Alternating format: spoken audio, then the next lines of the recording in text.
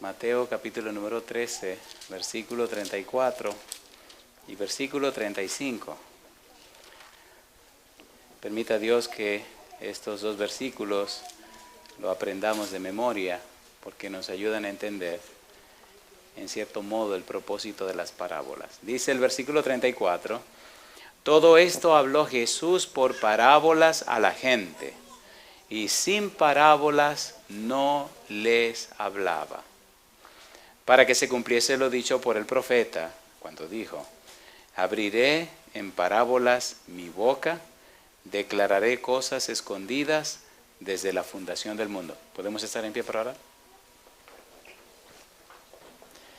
Querido Padre Celestial, acompáñanos en esta hora y permita que sus ángeles estén con nosotros. Que todo lo que ocurra en este lugar sea para la honra, la gloria y la alabanza de su nombre. Que sus ángeles nos acompañen y su Espíritu Santo nos hable a través del estudio de su palabra. Que el Santo Espíritu nos traiga palabra de vida para la vida eterna. Que los amigos y amigas presentes, los hermanos y hermanas que están con nosotros en esta hora, puedan recibir su verdad, atesorarla en su corazón. Pero también, Señor, que todos esos amigos y amigas, hermanos y hermanas, en cualquier parte del mundo que están mirando este programa, ellos también puedan tener un encuentro personal, un encuentro real con Jesús. Que no sea un estudio más, pero sí el estudio que necesitan para alcanzar la salvación y la vida eterna. Guíenos, Señor, a hacer las decisiones correctas y apropiadas, y así alcanzar la salvación y la vida eterna. Lo pedimos en el nombre santo de Jesús. Amén. Amén. Al estudiar las parábolas de Jesús hay muchas cosas que podemos aprender. Pero entre tantísimas cosas que podemos aprender, prima entre todas, número uno, que la palabra de Dios, la palabra de Jesús, es la única guía que nos puede conducir seguro y cierto a la salvación, número uno. Y que esa palabra de Dios nos guía hasta la persona salvación que es Cristo Jesús. Las parábolas pronunciadas por Jesús en momentos, en circunstancias y en tiempos definidos nos ayudan a entender la verdad profunda del conocimiento de la salvación. Verdad profunda que había estado oculta por siglos, pero que últimamente se dio a conocer a través de los apóstoles y los profetas por medio del Espíritu Santo. Y no solamente eso, sino que esta verdad tan profunda, no solamente Dios la anunció a través de los hombres, profetas y apóstoles, sino que el mismo Dios vino a la tierra y se hizo hombre para anunciar esas verdades profundas. De allí la importancia de las parábolas. Las parábolas dicen más que lo que uno le puede sacar. Por ejemplo, el capítulo 21 y 22 del libro de San Mateo plantean el ambiente de tres parábolas. La parábola de los dos hijos, la parábola de los labradores malvados, pero también la parábola del banquete de bodas. Ya hablamos de la parábola del banquete de bodas. ¿Por qué Jesús presentó tres parábolas en ese ambiente, en ese momento histórico, en esa situación? ¿Qué era lo que estaba pasando? Recuerde que dice el versículo 35 del capítulo 13 de San Mateo, para que se cumpliese lo dicho por el profeta cuando dijo, abriré en parábolas mi boca, declararé cosas escondidas desde la fundación del mundo. Jesús va a revelar cosas ahora, pero tiene que saber cómo lo hace. ¿Por qué? Recuerde usted que las ciudades de Corazín y Betsaida y la ciudad de Capernaum lo rechazaron. Recuerde que los judíos lo rechazaron y recuerde que hasta Juan Bautista ya estaba como dudando un poco de si Jesús era o no era el Mesías. Recuerde que la expectativa judía para el Mesías era alguien que venía para conquistar, para gobernar, para triunfar, para acabar, para avasallar. Alguien que tomaría la nación judía para hacerla la nación más importante de toda la tierra. Y ahora, en fiel cumplimiento de la palabra de Dios, Jesús comienza a enseñarle la verdad a la que Él vino a la tierra. Hoy vamos a trabajar con lo que podría llamarse el marco histórico o el ambiente donde las parábolas se van a desarrollar. Por lo menos la número 1 y la número 2. Ya vimos la número 3. Si usted entiende el marco histórico, entiende el propósito no solo de las palabras, sino la intención y los motivos de Jesús al presentar esas tres parábolas. Y es interesante porque usted también tiene que tomar una decisión. y yo también debo tomar una decisión, y usted también tiene que tomar una decisión donde quiera que usted se encuentre. Vamos al libro de San Mateo, al capítulo número 21. Es sumamente interesante lo que vamos a estudiar en este día y es muy, muy profundo, muy profundo. San Mateo capítulo 21, versículo 1 en adelante, nos presenta lo que es la entrada triunfal de Jesús en Jerusalén. Hay algunos exégetas bíblicos que hablan acerca de la entrada triunfal de Jesús en Jerusalén. Algunos dicen que Jesús iba montado en un pollino, en un asno hijo de asna. Los primeros versículos del capítulo 21 nos dicen cómo Jesús manda a los discípulos a buscar un pollino joven, un asno joven. Le llaman pollino porque nadie se había montado antes en él. Y lo que le iba a suceder a los discípulos con los dueños del asno y cómo debían contestarle y todo lo demás hasta que trajeron el pollino. Cómo él entra a la ciudad de Jerusalén montado en un pollino. Y vamos a ver en los versículos 8 y 9 algunos detalles que vienen en un momento. Alguien escribió que quien llevaba la rienda del animalito era nada más y nada menos que Lázaro. Lázaro después de haber sido resucitado. Recuerde que Lázaro vivía en Betania y Betania estaba muy cerca de Jerusalén.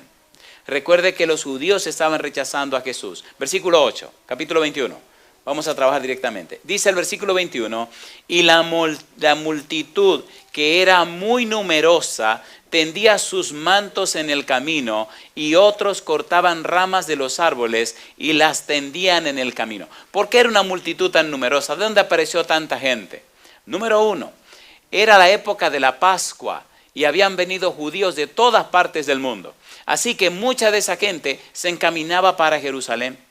Y en camino a Jerusalén, Jesús iba justamente montado en el pollino y la gente venía uniéndose a la procesión y entonces iban anunciando algunos títulos de Jesús que vamos a ver en el versículo 9.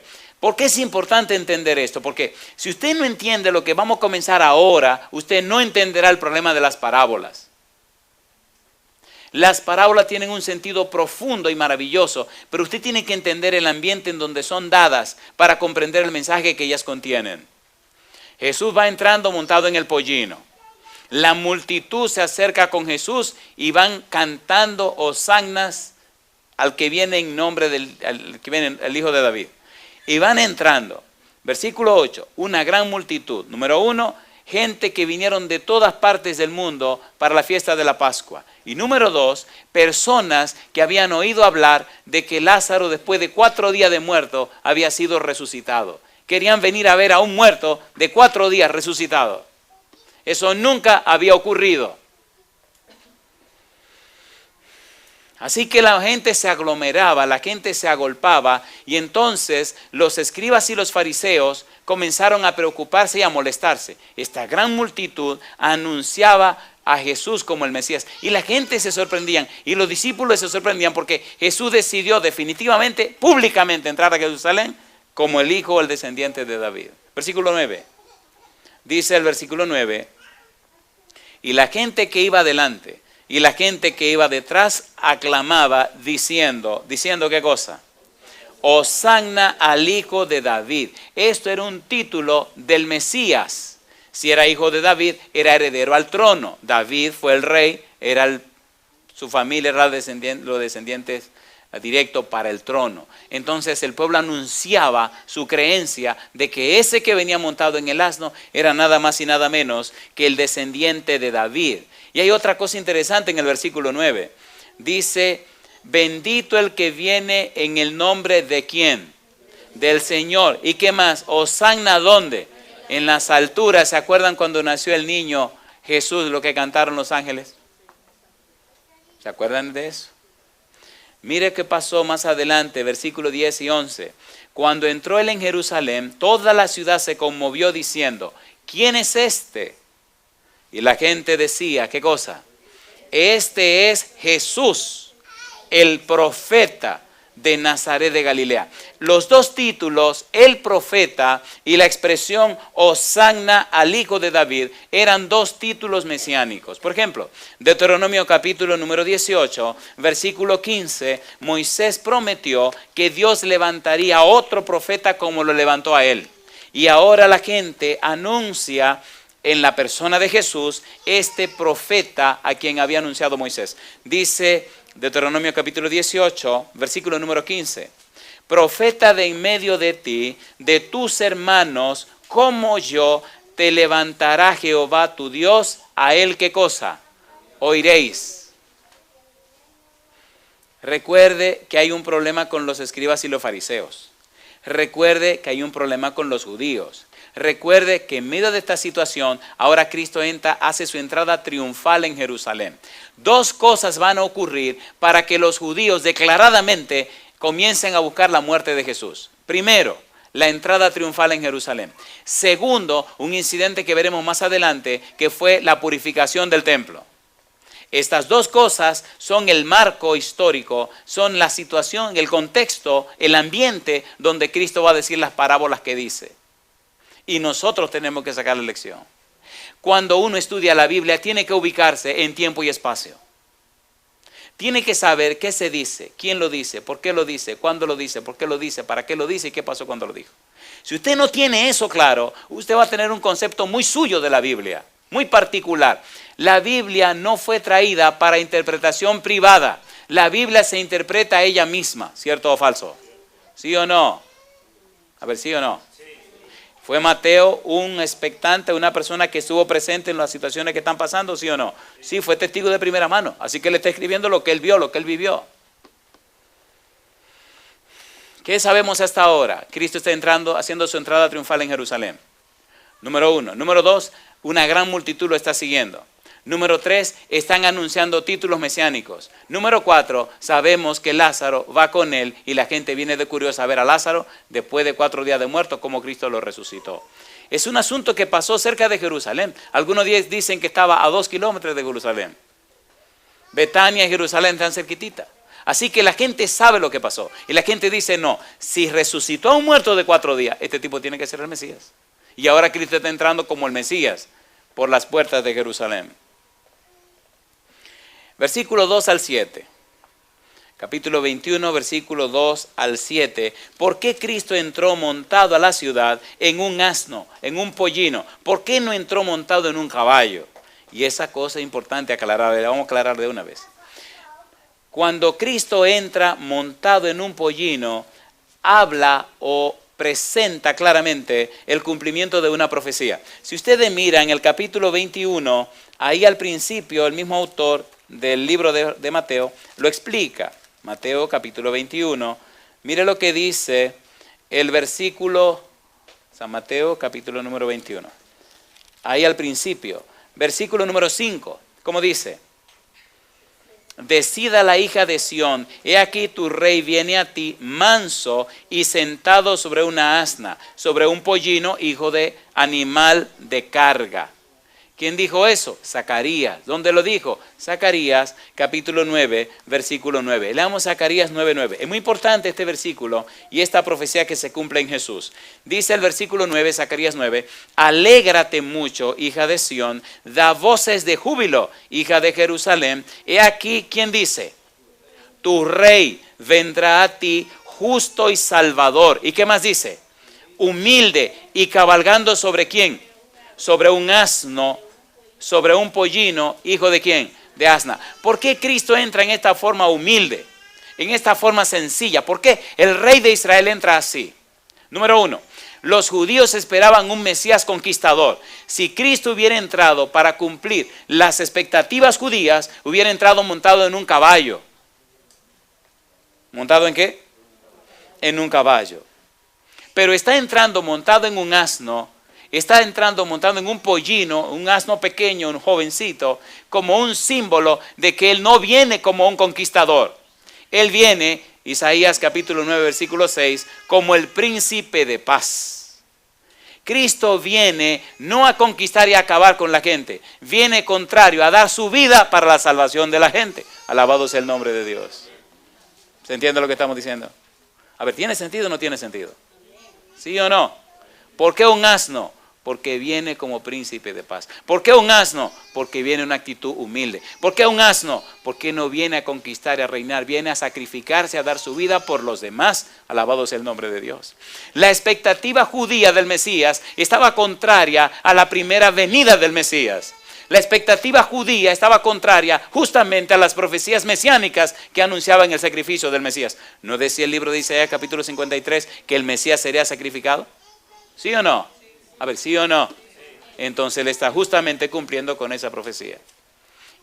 Zacarías capítulo 9, versículo 9. Pastor, es muy importante esto. Es importantísimo entender esto y dejarlo bien claro. Los líderes judíos ven esto como un desafío y odian más a Jesús. Jesús entró sobre un pollino hijo de asna. Jesús entró como entraban los reyes en la antigüedad. Jesús entró como reclamando el trono que le pertenecía por ser descendiente de David. Jesús entró en contra de la voluntad de los líderes. Entró conforme al cumplimiento de la profecía. Los judíos esperaban un líder militar como Mesías, pero entró un redentor, un salvador, alguien que daría su vida por ellos. Y Apocalipsis capítulo 19 nos presenta a Cristo cuando venga como conquistador, cuando venga montado en un caballo, ya no en un asno. Apocalipsis capítulo 19, versículo 11 en adelante. Queridos, esto es bueno tenerlo bien claro para poder entender este conjunto de parábolas que estudiaremos mañana y pasado mañana. Apocalipsis capítulo 19, versículo 11 en adelante. Mire ahora, aquí él no viene, en su segunda venida, no viene montado en un asno. Dice el versículo 11, entonces vi el cielo abierto, y aquí un caballo, ¿cómo? Blanco, y el que lo montaba se llamaba, ¿cómo? Fiel y verdadero, y con justicia juzga, ¿y qué más? ¿A qué viene este caballero? A pelear. Ya no viene a redimir, a salvar y a dar su vida. No, no, no. Ahora viene a pedir cuentas. Versículo 12. Sus ojos eran como llama de fuego. Cuando usted lee el capítulo 1 del libro de Apocalipsis y Juan ve a Jesús de cómo son los ojos, como llama de fuego. Y había en su cabeza muchas diademas y tenía un nombre escrito que ninguno conocía sino él mismo. Estaba vestido de una ropa teñida en sangre y su nombre es, ¿cómo? El verbo de Dios. ¿Qué dice San Juan capítulo 1 versículo 1? En el principio era el verbo y el verbo era con Dios y el verbo era Dios. ¿Y qué dice el versículo 14? Y el verbo se hizo carne y habitó entre nosotros. ¿Quién es este personaje? Cristo Jesús. ¿Cómo viene ahora? Viene montado en un caballo, venciendo y para vencer y arreglar a todos sus enemigos. Esta venida de la segunda parte, esto que ocurre en la segunda venida, era lo que los judíos esperaban en la primera venida. Y quedaron chasqueados. Ahora la pregunta que yo le hago a usted, si usted y yo somos testigos, si usted y yo conocemos lo de la primera venida y sabemos que en la segunda viene, ¿cómo viene? ¿Por qué no cambiamos la actitud? ¿Por qué no resolvemos nuestro problema con Dios? ¿Por qué no resolvemos nuestra situación delante de Dios? Jesús cuando venga no viene a redimir ni a salvar, viene a pedir cuenta a la gente. Por favor, ¿se entiende lo que estoy diciendo? ¿Sí o no? Todo su sacrificio, todo su dolor, toda su pena, toda esa angustia, toda esa ansiedad, toda la sangre derramada, todo lo que hizo, ahora viene a reclamar. Ok, ¿cuál es la decisión de ustedes? ¿Me aceptaron o me rechazaron? Y viene a pedir cuenta, viene a pelear, a romper cabeza. Ya no a llorar, a sufrir. No, viene a poner las cosas en su lugar. ¿Es importante saber esto? ¿Sí o no? ¿Sí o no? Dice, versículo número 13, 14, y los ejércitos celestiales, vestidos de lino finísimo, blanco y limpio, le seguían en caballos blancos. ¿Los qué celestiales dice? Los ejércitos celestiales. ¿Qué cosa es un ejército? Es un grupo de personas que van cantando por la calle, ¿verdad? ¿Qué es un ejército? ¿Para qué son los ejércitos? Para pelear. Una pregunta le hago. ¿Usted cree que está listo ya para ver venir los ejércitos celestiales? ¿Ha arreglado usted su vida con Dios? ¿Tiene su vida ok con el Señor? Entonces, ¿qué es lo que usted está esperando?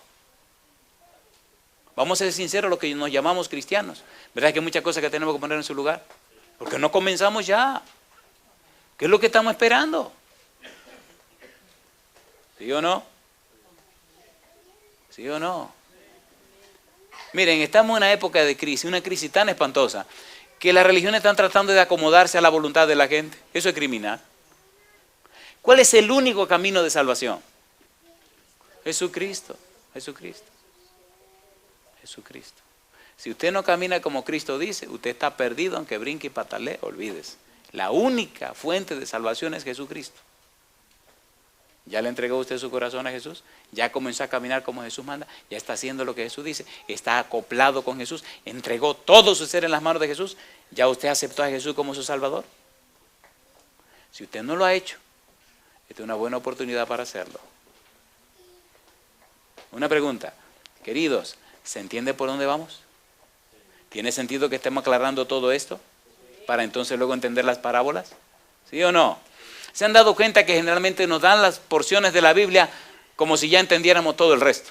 Aquí tiene, ¡pum!, y nos las interpretan. Pero espérate un momento, querido, dime cómo es el negocio, ¿dónde viene esto?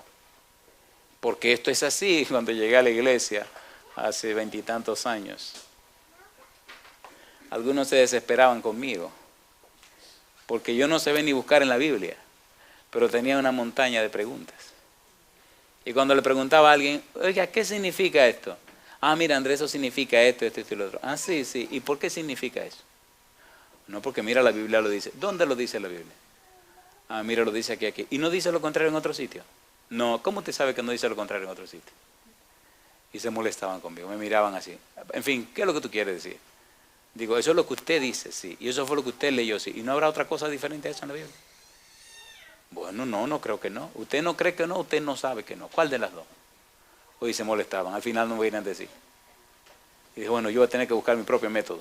¿Qué libro me recomienda para estudiar esto? Ah, cómprate el libro tal. Y compraba el libro y lo leía.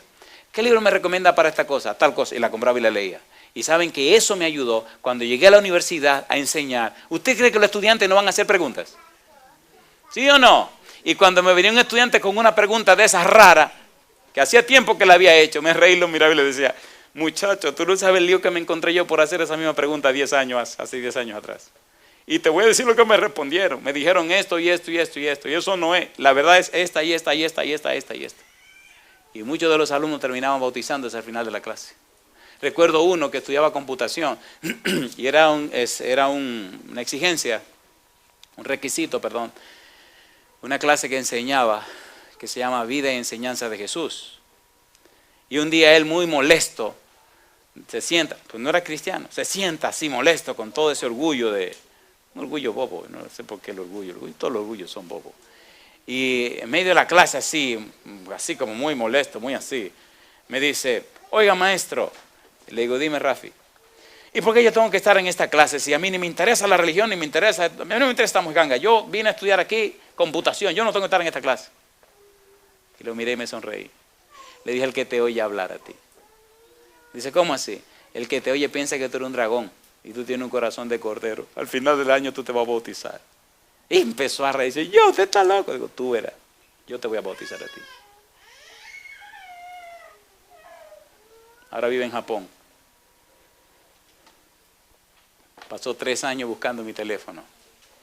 Y lo encontró y me llamó y llorando me decía, ministro, cuánto deseo tengo de verlo. Oh, perdón, al final del año lo bauticé. Era el más bocón de la clase.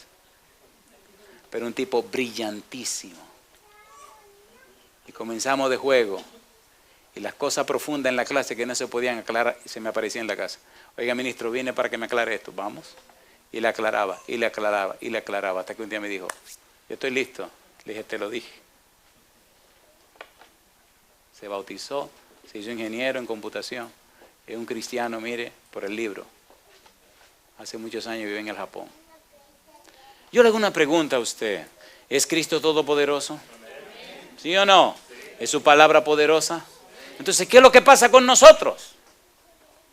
Si Cristo es todopoderoso, si su palabra es poderosa y lo tenemos a los dos, ¿qué pasa con nosotros? ¿Por qué somos tan flojos?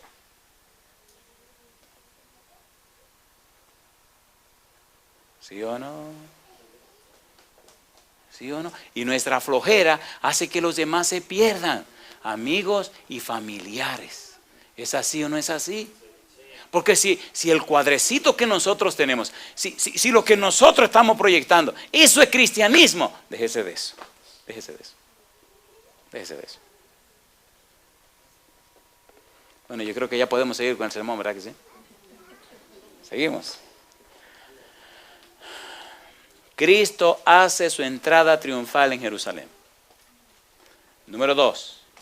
Hay unos incidentes aquí que yo quisiera verlo despacio, pero el problema es que cuando uno aquí empieza a emocionarse, entonces el tiempo se le acaba. San Mateo capítulo 21. San Mateo capítulo número 21.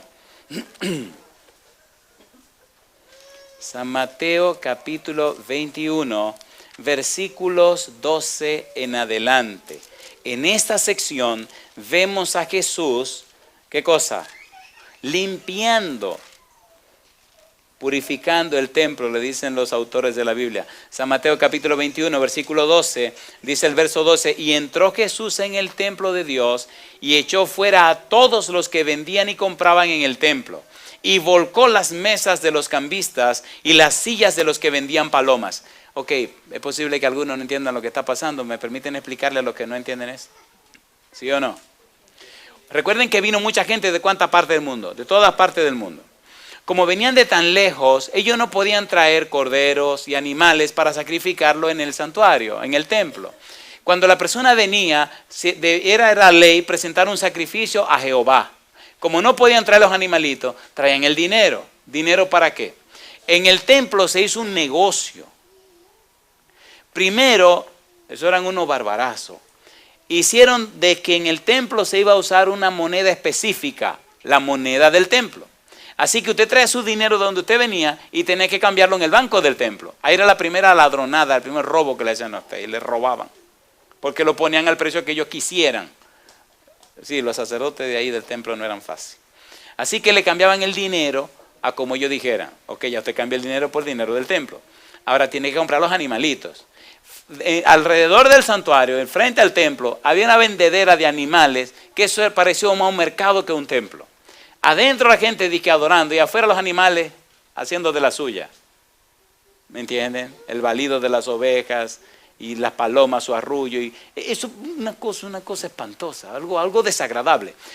Y diferentes mesas de bancos de personas que te lo podían cambiar tanto punto menos, tanto punto más. Ustedes me están entendiendo. Una casa de adoración y en el frente ese negociazo.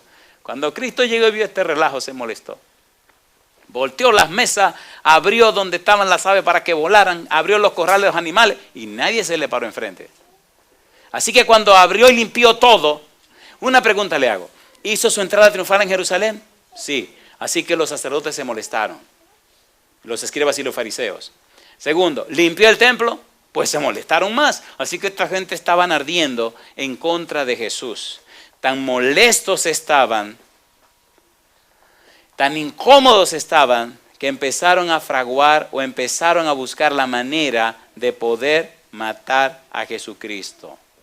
Y antes de entrar en ese complot para matar a Jesucristo, vamos a ver un pequeño detalle que hace notar un escritor bíblico, uno de nuestros teólogos. Él dice que hasta ese momento de la purificación del santuario, los sumos sacerdotes habían sido mencionados solamente 3 veces en el Evangelio de San Mateo. Pero de ahí en adelante, hasta el resto del Evangelio, se mencionó a los sumos sacerdotes 32 veces. ¿Cuántas veces? 32 veces. ¿Por qué? Se levantaron y dijeron, a este tipo hay que arreglarlo rápido. Número 1, llamó la atención de todo el mundo entrando como entró en la ciudad. Y número 2, ahora mostró más autoridad en el templo, por encima de nosotros. Así que tenemos que arreglarlo lo más pronto posible. Hay un detalle interesante que no puede pasarse por alto. Mire lo que dice en el libro de San Mateo capítulo 11, versículo 1 en adelante. A ver si se acuerdan de San Mateo 11, 1 en adelante. Cuando Jesús terminó de dar instrucciones a sus 12 discípulos, se fue de allí a enseñar y a predicar en las ciudades de ellos. Y al oír Juan en la cárcel los hechos de Cristo, le envió 2 de sus discípulos para preguntarle: ¿eres tú aquel que había de venir o esperamos a otro? Respondiendo Jesús les dijo: id y haced saber a Juan las cosas que oís y veis. Los ciegos ven, los cojos, ¿qué cosa? Andan, los leprosos son limpiados, los sordos, ¿qué? Oyen, los muertos son resucitados, y a los pobres es anunciado el evangelio. Y bienaventurado es el que no haya tropiezo en mí. ¿Por qué estamos leyendo esto? Mire lo que pasó después de la purificación del templo. San Mateo capítulo número 21. Queridos, estos detalles son muy interesantes para apoyar nuestra fe. Dice el versículo 13: y les dijo: escrito está, mi casa, casa de oración será llamada, mas vosotros la habéis hecho cueva de ladrones. Estoy en Mateo 21, versículo 13. Y dice el versículo 14: y vinieron a él en el templo, ¿qué cosa dice? Ciegos, ¿y qué más? Y cojos, ¿y qué hizo? Y los sanó. Le mandó a decir Jesús a Juan el Bautista, que estaba en la cárcel, que él era el Mesías, ¿sí o no? ¿Sí o no? Y ahora, después que purifica el templo, ¿está sanando a los enfermos, sí o no? ¿Está mostrando que él es el Mesías, sí o no? Alabado sea el nombre de Dios. Está desafiando la autoridad de los sacerdotes. Está desafiando la autoridad de los escribas y fariseos. Está presentando claramente quién es él. Para que la gente no tenga duda en hacer una decisión. O lo aceptan a él o lo rechazan a él. Y ese es el problema que usted tiene hoy día. O lo acepta o lo rechaza. No me diga que usted es cristiano. Le digo a usted que o lo acepta o lo rechaza.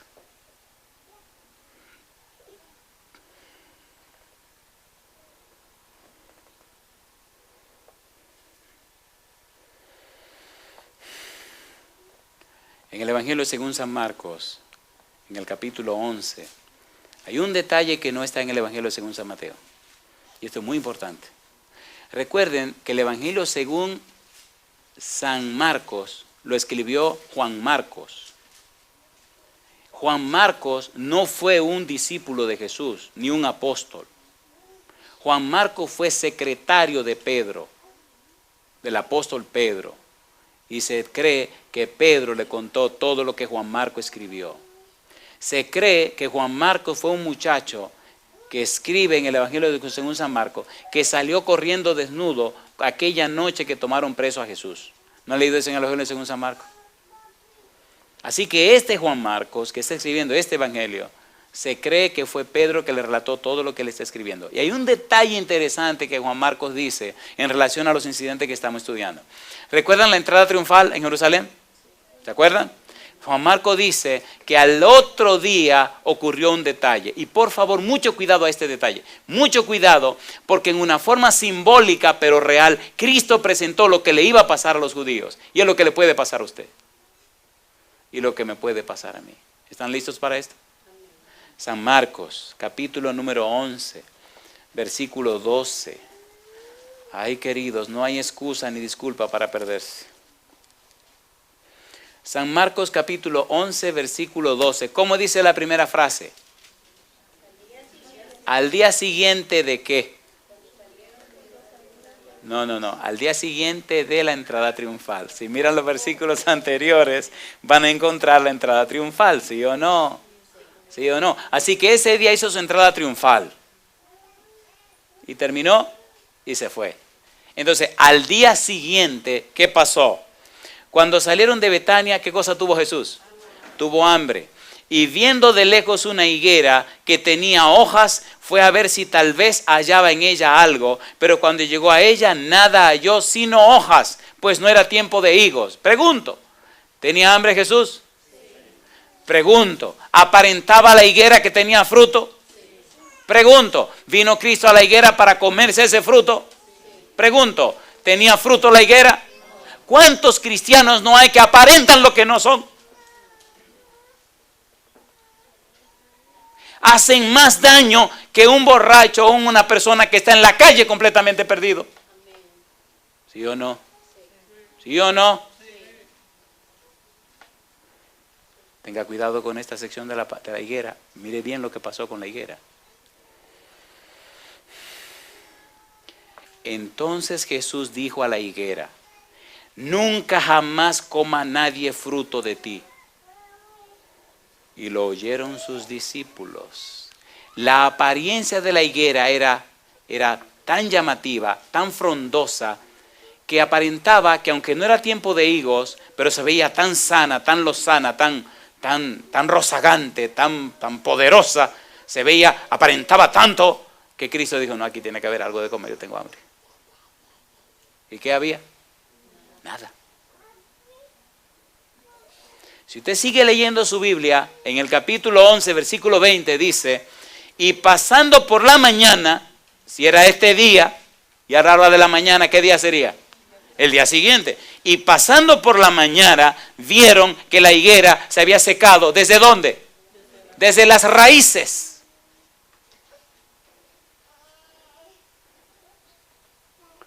¿Tiene una lección esto para nosotros? ¿Sí o no? Los escribas y los fariseos aparentaban mucha religiosidad. Los sacerdotes aparentaban mucha consagración y dedicación a Dios. A ver, ¿sí o no? Y estaban rechazando a Jesús. Sí, ¿cómo iban a quedar? Como la higuera. Queridos, yo les pregunto, ¿tiene sentido lo que le estamos presentando? A ver, ¿sí o no? Mire, todo lo que estoy haciendo es presentándole el ambiente para luego explicarle las parábolas que vienen. Pero si usted no entiende todo esto, no va a entender las parábolas. ¿Tiene sentido? ¿Tiene hilación? ¿Se conecta una cosa con la otra lo que estamos diciendo? ¿Sí o no? Recuerde que las dos cosas que Cristo hizo que le ganó el terrible odio de los escribas y fariseos y de los sacerdotes fue la entrada triunfal en Jerusalén y número 2, ¿qué cosa? La purificación del templo. Recuerde que las parábolas que van a venir van a estar en ese entorno, al rojo vivo, aquellos tipos locos por echarle la mano para matarlo. Y Cristo presentándole la verdad sin miedo, pero en forma de parábolas para que no lo puedan acusar. ¿Qué era lo que Cristo estaba haciendo? Presentándole la verdad para que ellos tomaran una decisión. O lo aceptaban a Él o lo rechazaban. No había un tercer lugar. Y es lo que le pasa a usted. O lo acepta a Él o lo rechaza. ¿Sí o no? ¿Sí o no? ¿Saben cuál es uno de nuestros más grandes problemas en este asunto del Evangelio? Las higueras. Tenemos demasiado higueras que aparentan lo que no son. ¿Es así o no es así? Permita a Dios que no seamos como los escribas y fariseos, ni tampoco como los sacerdotes, que sinceramente vayamos al Señor y pidamos perdón y Él nos perdonará y cambiará nuestra vida. El Señor maldice la higuera y entonces la higuera queda completamente seca, queda completamente acabada. Y ahora vamos a la última parte de la introducción a las parábolas que estudiaremos. ¿Qué le parece si hacemos un breve repaso de lo que hemos aprendido? ¿Le parece bien? ¿Repasamos un poco? ¿Recuerdan la entrada triunfal? ¿Cuántas personas estaban siguiendo a Jesús? Dice una gran multitud. ¿De dónde aparecieron toda esa gente? Número 1, habían venido a celebrar la fiesta de la Pascua, ¿se acuerdan? ¿Sí o no? Y número 2, habían venido a ver a quién? A Lázaro. ¿Se acuerdan de Lázaro? Había resucitado Lázaro. Querían ver a Lázaro. Una persona después de 4 días de muerto, que lo resuciten, no cualquiera va a verlo. Y a preguntarle, oye, ¿cómo es el negocio de aquel lado? Me imagino a Lázaro diciéndole, no hay ningún negocio, querido. No hay nada de aquel lado. Pero tú duraste 4 días ahí adentro y te pudriste y los gusanos andaban por ahí por todas partes. Y dice, yo no me daba cuenta, yo no sabía. Oye, ¿tú no te acuerdas de nada? De nada. Los que viven saben que han de morir, pero los muertos, eso dice la palabra de Dios. Número 1. Número 2.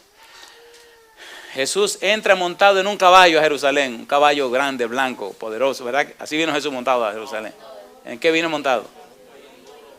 En un pollino, hijo de asna. Algunos lugares le llaman de otra manera. No hay problema. Alguien decía que cuando le pusieron un nombre a los animales, el Señor le puso un nombre muy lindo a ese animalito que nosotros acabamos de nombrar. Lo llamó y le dijo por las orejas, tú te llamarás asno. Y él dice, ¿cómo? Asno. Ay, pero qué nombre tan lindo. Yo me llamo asno, asno. Y salió cantando su nombre. Me llamo asno, asno, asno. Y levantaba las orejas así y decía asno, asno. Y en la tarde parece que se le olvidó. Y dice, ¿cómo es que yo me llamo? Porque el asno como que no era muy inteligente. Y entonces viene y le dice, ¿cómo es que yo me llamo, señor? Asno, asno. Oh, sí, asno, asno, asno. Bueno, y después de tanto preguntar, ¿quién fue que le puso nombre a los animales? Recuerden que el Señor, que estoy hablando de Adán, no estoy hablando de mi Señor, sino el Señor Adán que le puso los nombres. Entonces al final ya medio molesto, el señor asno viene otra vez donde Adán a preguntarle, oiga, ¿cómo que yo me llamo? Dice Adán, mira, tú eres un burro, tú eres un burro. Dice, también soy un burro, pues soy burro y nunca se le olvidó. Así que, ¿cómo le llamamos al asno? Burro, que nunca se le olvide. Muy bien, vamos a cerrar este negocio. Así que venía montado en un pollino, un pollinito, ¿verdad? Un pollino es un burriquito joven que no ha sido montado todavía. Zacarías 9:9, ¿qué dice? Que vendría como vendía el rey, manso y humilde, montado ¿en qué cosa? En un pollino. ¿Por qué no vino montado en un caballo? No venía a pelear, ¿a qué venía Cristo? A sacrificarse por la humanidad, a entregar su vida por la humanidad. ¿Por qué venía montado en un pollino, en un asno? Porque en la antigüedad los reyes entraban montados en un asno. ¿Sí o no? ¿Sí o no? Ok. Cuando Cristo llega al templo y está todo hecho un pandemonio, ¿qué hace Cristo? ¿Purifica qué cosa? El templo. Tira las mesas, deja libre los animales y entonces, ¿qué hace con todos los enfermos que había en el templo? Los sana. ¿Era una muestra de que Jesús era el Mesías, sí o no? ¿Sí o no? Ok. Cuando Cristo termina el día de la entrada triunfal, al día siguiente, antes de llegar al templo, ¿con qué se encontró en el camino? ¿Con una qué? Una higuera. ¿Era hermosa la higuera? ¿Aparentaba tener fruto? Cuando Cristo llegó a buscar fruto, ¿qué encontró? ¿Qué hizo Cristo con la higuera? La maldijo. Y al día siguiente, cuando pasaron otra vez por allí, ¿cómo estaba la higuera? Completamente seca. ¿Completamente cómo? Seca.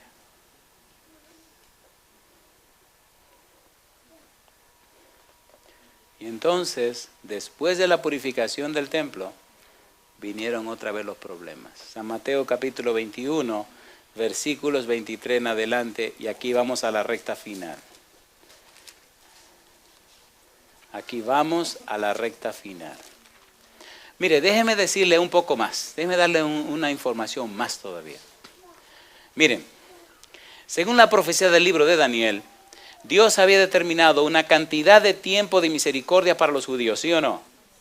¿Sí o no? 70 semanas están determinadas para tu pueblo. 70 semanas.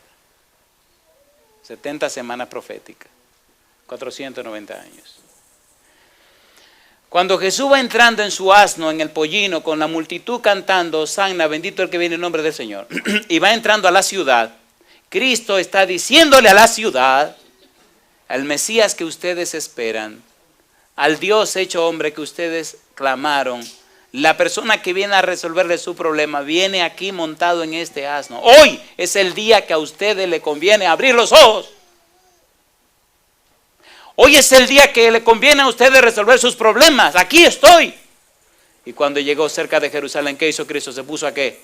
A llorar. ¿Por qué se puso a llorar? Porque ellos no sabían el momento en que estaba lo que estaba pasando. Y Jesús lloraba porque en su visión profética podía ver en el año 70 cómo los ejércitos romanos iban a arrasar la ciudad de Jerusalén, iban a acabar con todo el mundo, iban a matar a todo el mundo. ¿Por qué? Porque no entendieron el día de la visitación de Jesucristo. Y así pasa con cualquiera de nosotros hoy. Hoy es el día de entregarse a Jesús. Hoy es el día de entregarse a Él. Hoy es el día de arreglar su vida con Él. Hoy es el día, porque cuando Él venga no habrá momento de arreglar nada. ¿Se entiende, por favor? ¿Se entiende o no se entiende lo que estoy diciendo? ¿Sí o no? Esto es una cuestión de religión. Lo peor que le ha pasado al mundo es llenarse de tantas religiones. Esto es cuestión de relación. La gente necesita relacionarse con la persona de Jesús. Necesita conocer a Jesús, pero espérese. A un Jesús de la palabra de Dios, a un Jesús de la Biblia, no a un Jesús inventado como están haciendo en muchos lugares en este mundo hoy día. Ahí no hay muchos Jesús modernos que están dejando que cada quien haga lo que le dé la gana. ¿Sí o no? ¿Sí o no? Religión a su manera. ¿Usted quiere venir a adorar con chancleta? Venga. ¿Quiere venir? Venga. Venga. ¿Quiere un culto cortito? Se lo damos. ¿Quiere uno más largo? También. O sea, le hacemos el culto y la manera como a usted le convenga. ¿Es así la religión de Jesús? Ponga usted las reglas del juego. Es un negocio. Y la gente se está dejando negociar en la parte espiritual, ¿sí o no? ¿Sí o no? Cristo vino clarito y derecho. San Mateo capítulo 21, versículo 23. Dice el verso 23. Cuando vino al templo, los principales sacerdotes y los ancianos del pueblo se acercaron a él mientras enseñaba y le dijeron: ¿con qué autoridad haces estas cosas? ¿Y quién te dio esta autoridad? ¿Le están desafiando, sí o no? ¿Sí o no? ¿Sí o no? Jesús le dice: ok, yo también os haré una pregunta. Y si me la contestáis, también yo os diré con qué autoridad hago estas cosas. El bautismo de Juan, ¿de dónde era? ¿Del cielo o de los hombres? Ellos entonces discutían entre sí diciendo: si decimos del cielo, nos dirá, ¿por qué pues no lo creísteis? Y si decimos de los hombres, tememos al pueblo, porque todos tienen a Juan por profeta.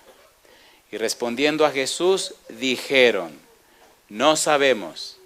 Y él también les dijo: tampoco yo os digo con qué autoridad hago estas cosas.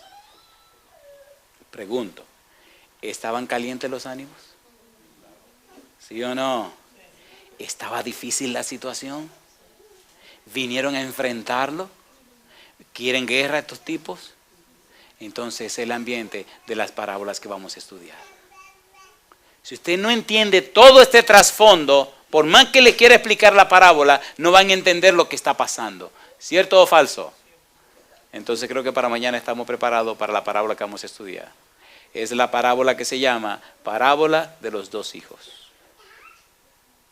Ahora usted va a entender por qué ante esta situación tan crítica, ante estos tipos que le tiemblan los labios de ira y que están buscando cómo arrancarle la cabeza a Jesús, ahora él tiene que decirle la verdad en la cara, decírsela de frente, pero sabérsela decir. Y él entonces usa las parábolas. Bueno, creo que podemos terminar esta noche hablando de la autoridad de Jesús. ¿Qué le parece? ¿Sí o no? ¿Tiene Cristo autoridad o no la tiene?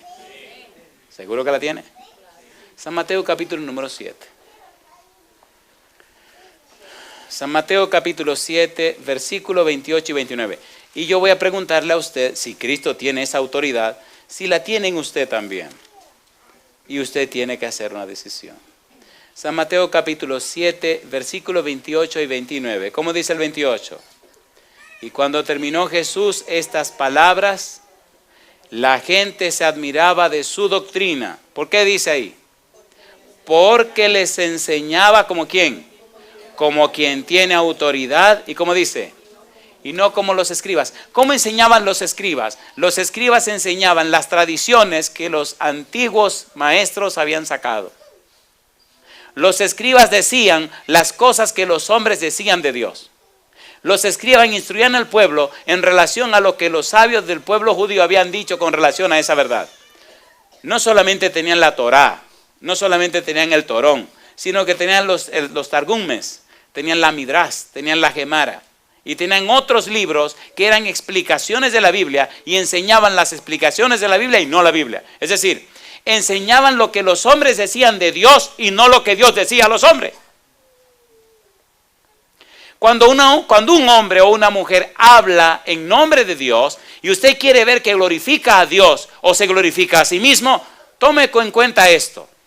Los hombres que glorifican a Dios presentan la palabra de Dios, pero los hombres que quieren gloria presentan lo que los hombres dicen de Dios.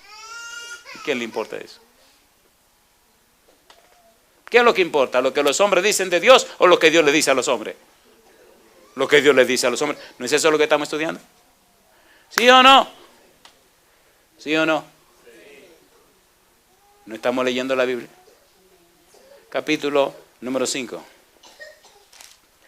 La humanidad necesita saber qué es lo que Dios dice. Tenemos un mundo con 2000 años oyendo lo que los hombres dicen de Dios. ¿Y qué es lo que pasa con este mundo? Peor cada día.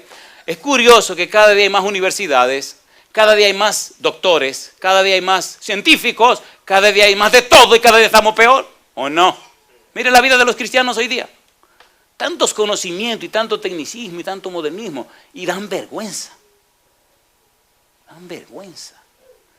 Cuando usted viaja, ve tanto cristiano que usted cree que nada más le faltan las alas para abrirse. Sí, alas de ángeles caídos. Engañan, mienten, fingen, hacen trampa.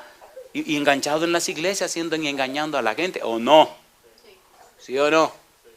A ver, ¿sí o no? Alguien tiene que decir las cosas. Y eso hace que otros no quieran llegar. Pero déjeme decirle una cosa, querido. Maldito el varón que confía en el hombre, pone carne por su brazo y su corazón se aparta de Jehová. Si por la maldad de otra cizaña que anda por ahí suelta, usted se pierde, usted no tiene ninguna disculpa. Jesús dijo, mirad a mí. Isaías 45, 22, mirad a mí y se salvo todos los términos de la tierra, porque yo soy Dios y no hay más. Eso fue lo que dijo el Señor en Isaías 45, 22. ¿Y qué dice Hebreos capítulo 12, versículo 2? Puestos los ojos en Jesús, el autor y consumador de la fe. Mírenlo a Él, no a los hombres, no. Concéntrese en el Señor Jesús. ¿No estamos hablando de Jesús cada noche? ¿Sí o no? Sí. Capítulo 5, versículo número 27. 5:27, dice la Biblia, Jesús dice, oísteis que fue dicho, no cometerás adulterio. ¿Y ahora qué dice Jesús? Pero yo os digo, que cualquiera que mira a una mujer para codiciarla, ya adulteró con ella, ¿dónde? En su corazón. Mi pregunta, ¿era esto lo que se había dicho? Sí. ¿Le añadió Cristo un elemento más? Sí. ¿Tiene la autoridad para eso? Sí, Señor. Él es el jefe, es el dueño de este negocio. Cosa linda. Capítulo 5, versículo 31.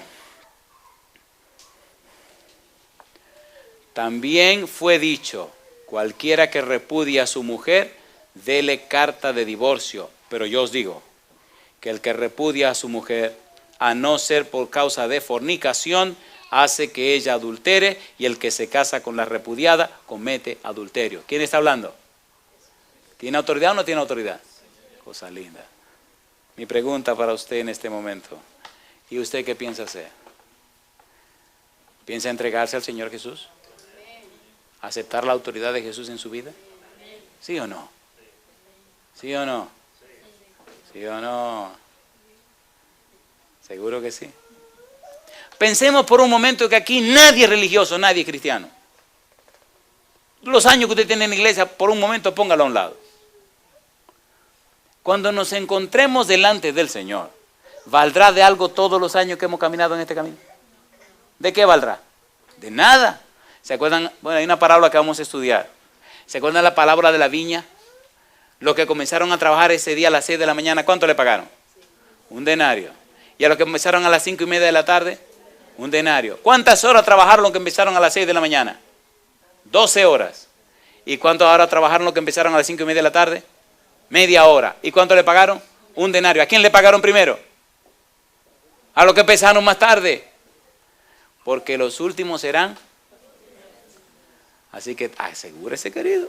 Hay mucha gente nuevecita que va a empezar este negocio ahora y va a entrar primero.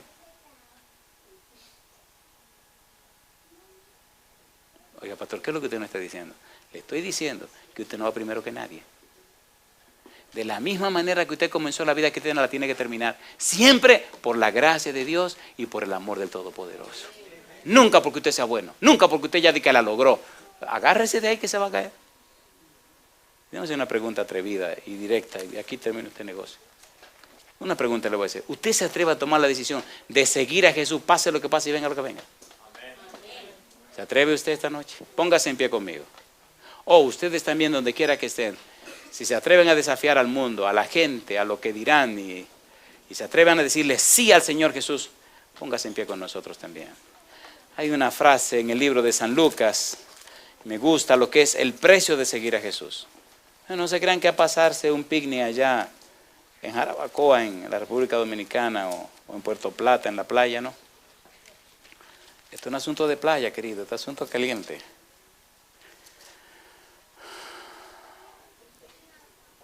Capítulo número 9, San Lucas, versículo 23, hasta el versículo número 26.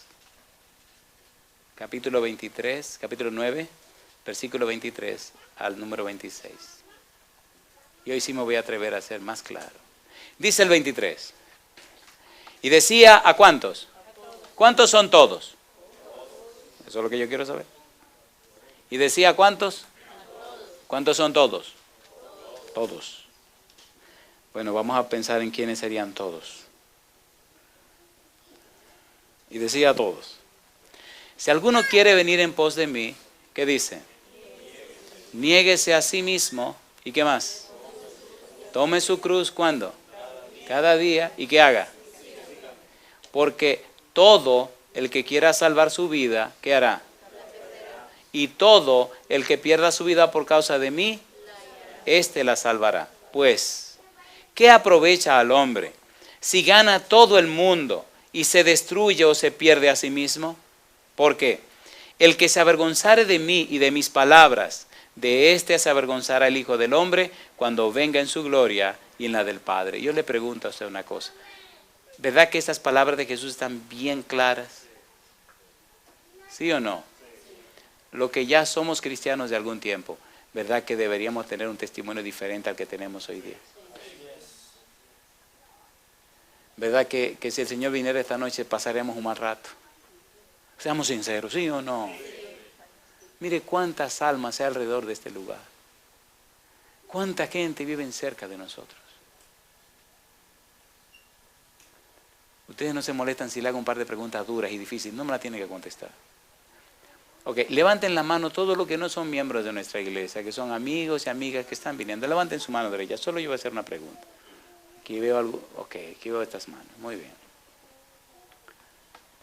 Hoy es, bueno, el día que es. Mañana vamos a tener una semana de estar aquí todas las noches, ¿sí o no? Yo le voy a hacer una pregunta de corazón. Y si usted se quiere molestar, mire, moléstese, no me interesa, moléstese si usted quiere. Pero esta semana, ¿ha orado usted de corazón? ¿Ha tomado usted en su corazón a alguna persona que no es miembro de nuestra iglesia? Y ha estado usted clamándole a Dios para que el Espíritu Santo toque su corazón, para que Dios descienda y le hable, para que el Señor lo gane para su reino. ¿Se ha ocupado y preocupado usted por alguien, por lo menos por una persona, para que en esta semana conozca a Jesús y se entregue a Jesús? Sienta usted en su corazón esa ansiedad, ese amor, esa necesidad de que esa persona se entregue al Señor. No me tiene que contestar. ¿Ha perdido el sueño alguno de estas noches pensando que una persona puede que se entregue o que no se entregue al Señor? ¿Lo ha hecho usted? ¿Hay alguien en su mente por lo que usted está trabajando y está orando y está clamando a Dios para que esta semana le entregue su corazón a Dios? ¿O usted nada más viene a recrearse, a aprender cosas nuevas y a ver cosas nuevas? Y ¿es eso lo que usted está haciendo? Perdonen, pero no estamos en el tiempo de perder el tiempo. Si usted no se arregla para su salvación, se puede perder. ¿Verdad que me entienden, por favor? Ahora yo le hago una pregunta. ¿Cómo se sentirá usted cuando Jesús venga y usted vea que sus amigos, sus hermanos, sus familiares se perdieron? Es lo que yo siempre me pregunto. Cuando Jesús venga, ¿qué pasará con aquellos que por estar callados, por no decir nada, el vecino de al lado angustiado y ansioso? Ay, pero ¿cómo tú nunca me dijiste nada? ¿Cómo? ¿Pero cómo tú sabías? Yo no supe nada. Compañeros de trabajo, familiares, hijos, esposos. No era que yo no te quería ofender, me hubiera ofendido. Mira, ahora me perdí. Ustedes no han pensado en eso. Años van y años vienen. Y la gente perdiéndose al lado de nuestra casa. ¿Cómo es posible? Algunos me dicen, usted tiene que cuidarse un poco más. ¿Pero para qué? ¿Para qué cuidarme más? He tenido sueño con los ángeles y me dicen en sueño, Andrés, tiene que descansar. Digo, ¿pero para qué? La iglesia está llena de gente que no hace nada. Todo el mundo está cansado. ¿No se dan cuenta que todo el mundo está cansado? Todo el mundo quiere descansar. Todo el mundo piensa hasta en la jubilación. Esto es una epidemia ahora la cuestión de la jubilación. Nada más hablan de la jubilación. Muchachos recién graduados que entran a la universidad, que están recién graduados. Pues hay que pensar en la jubilación. Digo, pues jubílate ahora, bandido. Si no ha empezado a trabajar y está pensando en la jubilación. Seamos sinceros, ¿verdad? Que el día no la pasamos pensando en nuestras conveniencias. ¿Sí o no? Entonces mi pregunta es, cuando Jesús venga y toda esta gente se pierda, ¿con qué cara usted lo va a ver a Él? Es lo que yo me pregunto cada madrugada. Señor, ¿por cómo estos hijos tuyos están así, tan dormidos? Que no le importa que sus familiares se pierdan. ¿Tenemos o no tenemos amigos que amamos y familiares que se están perdiendo, sí o no? Entonces hagamos algo. Yo no sé si sea un atrevimiento de mi parte, pero a mí me gustaría orar esta noche solamente por los amigos que no son miembros de nuestra iglesia. ¿Ustedes me dejan hacerlo? Levanten la mano los que no son miembros de nuestra iglesia. Los demás no levanten la mano. Solo levante su mano. Aquí veo 2 manos, veo otra mano, veo otra mano. Déjenla arriba, vamos a orar. Dejen su mano arriba, vamos a orar. Solo por ustedes. Señor querido, aquí están estos hijos suyos que han venido aquí esta noche. ¿Quiénes son? ¿Dónde son? Y, Señor, yo no sé. Pero Padre, si hay algo más que debemos hacer para ayudarles, díganos. Ellos están levantando la mano reconociendo que necesitan de usted. Padre, como ministro del Evangelio, los dejo en sus manos santas. Visítelos, oh Dios, quédese con ellos. Abra su corazón a esta noche, háblele, Señor. Permita que ellos alcancen salvación y vida eterna también. Lo pedimos en el nombre de Jesús.